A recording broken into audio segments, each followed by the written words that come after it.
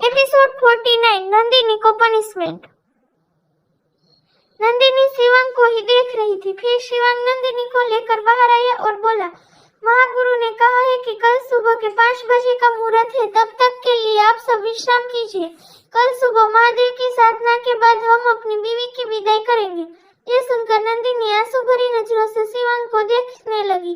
तभी शिवंग की नजर नंदिनी पे पड़ी तो उसे देखते हुए धीरे से बोला, क्यों, यही तो चाहती थी ना तुम। इतना बोलकर वो नंदिनी को लेकर रूम में आ गया। क्यारा का घर। मायरा परेशान थी क्योंकि उसे सब कुछ अभी ने बता दिया था, लेकिन उसे पता लगाना था कि आखिर इस बार क्यारा ने किया क्या है। और वही क्यारा जीवन से फोन पर बात कर रही थी। वो बोली, वैसे तुमने बहुत अच्छा काम किया है, मेरा शिवंग मान भी गया है। बोलो क्या चाहती हो, कहो तो आज रात हम फिर से। ये सब बहुत धीरे से क्यारा बोल रही थी। तभी जीवन सामने देखते हुए बोला, अगर एक बार पनीर दिख जाए तब भी का पपीते की सब्जी खाई। अब तो नंदिनी को ही टेस्ट करना है और कल सुबह उसकी शादी होगी और वो सीधे मेरे पास आएगी। ये सब मेरा प्लान था। इतना बोलकर जीवन पागलों की तरह जोर जोर से हंसने लगा। इधर शिवंग ऑफिस जा चुका था और वही नंदिनी ने आज ओम को स्कूल नहीं भेजा और उसे अपने सीने से लगा कर रो रही थी। नियति और मलिष्का बार बार नंदिनी से पूछ रहे थे कि उसने झूठ क्यों बोला। नरेन के जाने के बाद तो उसकी शादी शिवंग से हुई नहीं, सिर्फ शिवंग से ही हुई थी। मलिष्का नंदिनी को देखे जा रही थी। वो बोली, नंदिनी कोई बात है क्या जो तू बता नहीं रही है? देखो नंदिनी, छोटे सरकार ने तुम्हें ले जाने की छूट दी है तो ऐसे तो नहीं दी होगी, कुछ ना कुछ तो जरूर सोच रहे होंगे वो। तभी जमुना भी बोली, वो ये तो हम बोले जा रही है, कभी से बहुरानी को जोन लाई के जाएगा, उसका हाथ गोड़ कटवा के हवेली में टांग देंगे। ये सुनकर सब जमुना को देखने लगे। तभी ओम नंदिनी को देखते हुए बोला, मम्मा आप ओम को छोड़कर जा रही हो क्या? नंदिनी ओम के गाल पर किस करके बोली, नहीं बेटा, मम्मा ओम को छोड़कर कहीं नहीं जाएगी। लेकिन नंदिनी को भी समझ नहीं आ रहा था कि शिवंग के दिमाग में चल क्या रहा था। यहाँ तक कि अबीर को भी कुछ नहीं पता था। लेकिन इधर नियति, मलिष्का और जमुना को तो ये भी नहीं पता था कि नंदिनी ने झूठ बोला क्यों था। वो शिवंग ही था जिसको सब पता था कि आगे क्या होने वाला था। रात का वक्त, रजावत पहले सब डिनर कर रहे थे। नंदिनी भी वहीं खड़ी थी और तभी राजवर्धन जी खाना खाते हुए बोले, शिव बहुत अच्छा फैसला लिया है आपने। वैसे भी जब से ये लड़की हमारे घर में आई है तब से कुछ न कुछ नए तमाशे हो रहे हैं।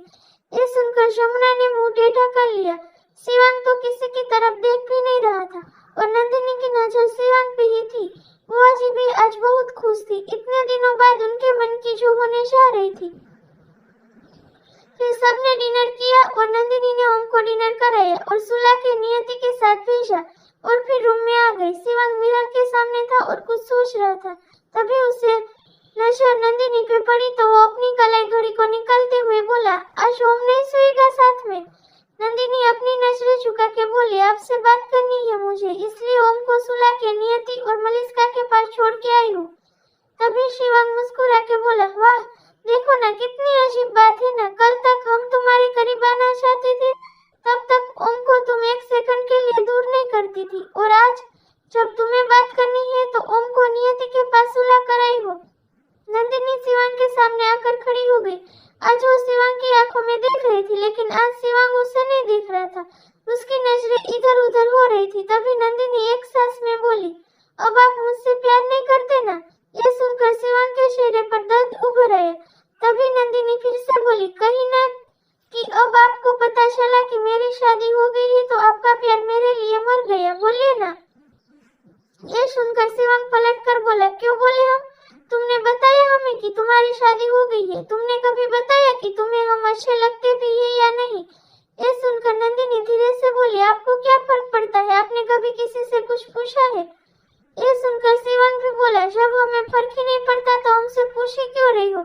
अब सो जाओ, सुबह 5 बजे का मुहूर्त है, हम जा रहे हैं तुम्हारी विदाई की तैयारी करने। अब कहा है तो जुबान की कीमत तो करनी होगी। इतना बोलकर शिवंग रूम से निकल गया और नंदिनी बेड पे वैसे ही टेढ़े मेढ़े होकर रोए जा रही थी।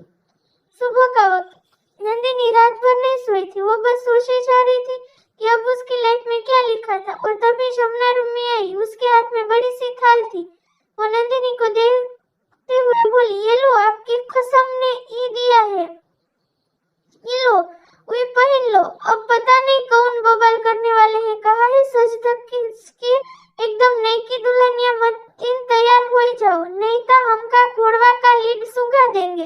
ये सुनकर नंदिनी ने एक फीकी सी स्माइल दी, क्योंकि वो जानती थी जमुना उसके चेहरे पर एक मुस्कान लाने के लिए सब बोल रही थी। इधर शिवांग ने अपर बॉडी पे कुछ नहीं पहना था और नीचे सिर्फ एक व्हाइट कलर की धोती और स्ट्रेट होकर अपने पैरों को क्रॉस करके वो साधना कर रहा था। उसे ऐसे देखकर कोई भी दीवाना हो जाए, ऐसा लग रहा था साक्षात शिव जी खड़े हो और शिव जी को देखते हुए मुस्कुरा रहा था। वो अपने मन में बोला, आप हमेशा हमारे साथ रहते हैं ना। और तभी राणा जी आए और सर झुका के बोले, छोटे सरकार, वक्त हो गया है, बहू रानी रेडी हो गई है। ये सुनकर शिवांग ने आंखें खोली और बोला, राणा जी, बड़ी जल्दी है आपकी बहू रानी को विदा होने का। ये सुनकर राणा जी कुछ नहीं बोले। इधर अखंड, अभी, नियति, मलिष्का, फेरोज, जमुना सब टेंशन में थे। तभी अबीर इरिटेट होकर बोला, इस शिव के दिमाग में क्या क्या चलता रहता है, कभी नहीं बताता। इधर महिमा जी और बुआ जी खुश थी। शिवांग के बड़े पापा और राजवर्धन जी नहीं थे और अभय देव कोने में खड़े होकर ये सब देख रहा था। वहीं नंदिनी की आंखों ना सोने की वजह से लाल थी। अवध जी की आंखों में हल्की नमी थी और नकुल नंदिनी को खा जाने वाली नजरों से घूर रहा था। तभी शिवांग आया। उसे देखकर सब सीधे खड़े हो गए। नंदिनी तो शिवांग को ही देख रही थी। ऐसा लग रहा था कि वो शिवांग को अपनी आंखों में बसा लेना चाहती हो। उसे ऐसे देखकर जमुना अपने घाघरे का दुपट्टा मुंह में डालकर बोली, ये तो सही है कि छोटे सरकार बहुत ही खूबसूरत है और वो बिना कपड़न के तो बहुत ही खूबसूरत।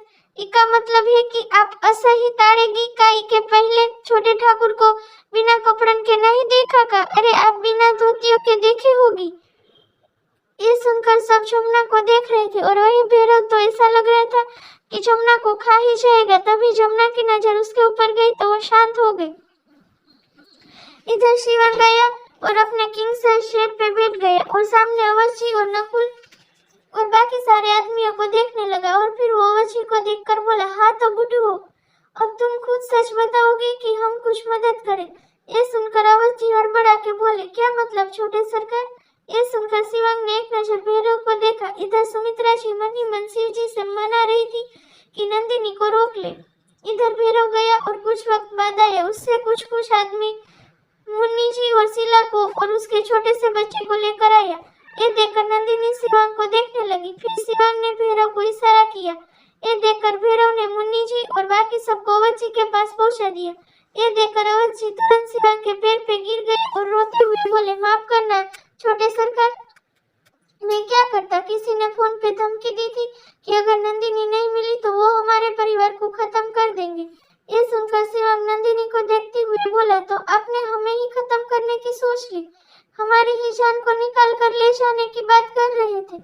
फिर वो नंदिनी को देखते हुए बोला, और आप श्रीमती जी, आपको क्या दूर ही रहना है, जरा हमारे पास आइए तो। कल रात को तो नंदिनी ने शिवांग से हिम्मत से बात कर ली थी, लेकिन अब फिर से वही हाल हो गया था। वो धीरे धीरे कदम से शिवांग के पास गई। तभी शिवांग ने उसे कमर से पकड़ लिया और खींचकर उसे अपनी गोद में बिठा लिया और हल्के से नंदिनी के गाल पे किस कर लिया। ये देखकर सबने अपनी नजरें झुका ली और अवध जी भी दूर खड़े हो गए। नंदिनी तो अपनी नजरें ही नहीं उठा पा रही थी। तभी अबीर उसके पास आया और बोला, शिव, आसपास तो देख ले, रूम में जाकर कर लेना, भाई सब देख रहे हैं। शिवांग नंदिनी के गाल को सहलाते हुए बोला, ये तो हम तेरी भाभी को पनिश कर रहे हैं कि आगे इसने हमसे कुछ भी छिपाने की कोशिश की तो ऐसे सबके सामने किस करेंगे, और इस बार तो गाल पे किया है, अगली बार होठ पे कर देंगे। ये सुनकर सब शिवांग को देखने लगे और नंदिनी का तो मन कर रहा था कि यही धरती माँ फट जाए और वो समा जाए। उसे इतनी शर्म आ रही थी। फिर शिवांग ने अवध जी को देखा और बोला, इस बार मदद की है क्योंकि हमारी जान की बात थी, लेकिन अगली बार हमारी जान की बात आए ना तो सबको एक साथ खत्म कर देंगे। ये सुनकर मुनि जी ने एक नजर नंदिनी को देखा और दिले से बोली, चुन चुन के बदला रही है ये कलमुई, देखो कैसे छोटे सरकार की गोद में चढ़कर बैठी है, शर्म है या बेश खाई है। तभी राणा जी मुन्नी जी के पास आकर बोले, अगर थोड़ा जोर से बोलोगी तो सरकार तुम्हारी हड्डियों को चूरमा बनवा देंगे। ये सुनकर मुन्नी जी ने सबको देखा और बोली, चलो जी जल्दी से यहाँ से।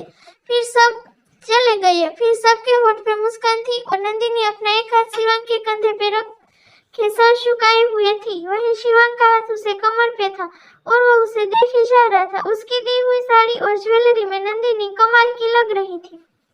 तभी अबीर जोर से खांसने लगा, जिससे शिवांग सेंस में आया और अबीर धीरे से उसके कान में बोला, पता चला कि इसके पीछे किसका हाथ था। शिवांग कुछ कहता इससे पहले सुमित्रा जी आ गई और शिवांग को देखते हुए बोली, चलो बला टली। सुमित्रा जी को देखकर नंदिनी जल्दी से शिवांग की गोद से उड़ने लगी, लेकिन शिवांग ने फिर से उसकी कमर पकड़कर बैठा दिया। यह देखकर सुमित्रा जी मुस्कुरा के बोली, तुझे तो शर्म ये नहीं, उसी बेचारी को कर लेने दे। लेकिन नहीं, चल छोड़िए, सब तो हो गया, लेकिन बेटा मैंने शिव जी से मन्नत मांगी है और अब तुम्हारी और नंदिनी को हमारे इष्ट देव और कुल देव पूर्वजों के पुराने शिव मंदिर में दर्शन करने जाना होगा। ये सुनकर सब खुश हो गए। आगे क्या होता है इस कहानी में जानने के लिए सुनते रहिए बर्निंग फॉर यू।